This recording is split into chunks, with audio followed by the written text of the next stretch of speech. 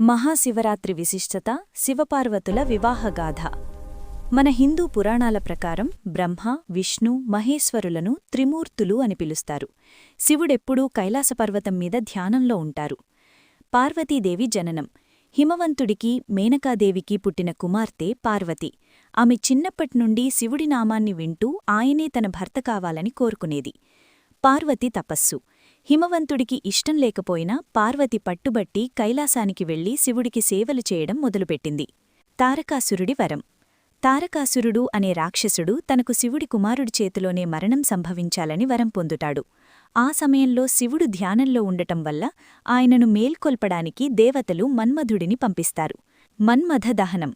మన్మధులు శివుడిపై ప్రేమబాణాన్ని ప్రయోగించగా ఆగ్రహించిన శివుడు తన మూడవ కన్ను తెరిచి మన్మధుడిని భస్మం చేస్తాడు.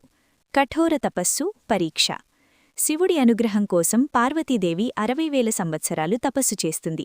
శివుడు ఒక ముసలివాడి రూపంలో వచ్చి ఆమెను పరీక్షిస్తాడు.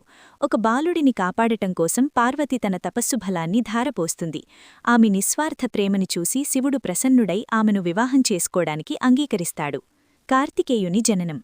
పార్వతీదేవికి ఉన్న శాపం వల్ల ఆమె గర్భం దాల్చలేదు.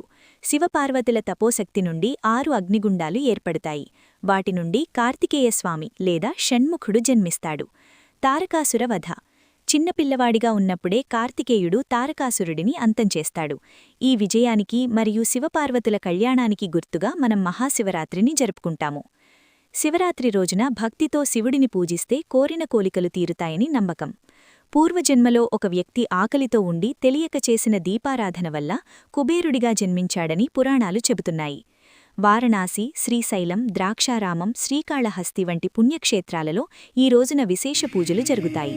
మహాశివరాత్రి రోజు చేసిన పూజకు విశేష ఫలితం లభిస్తుంది. ముఖ్యంగా శివరాత్రి రోజు శివలింగాన్ని మారేడు దళాలతో పూజిస్తే శివకటాక్షం లభిస్తుంది. ఫ్రెండ్స్, ఓం నమః శివాయ అని కామెంట్ చేయండి. ఇలాంటి మరిన్ని భక్తి కథల కోసం మన ఛానల్ను సబ్స్క్రైబ్ చేయండి.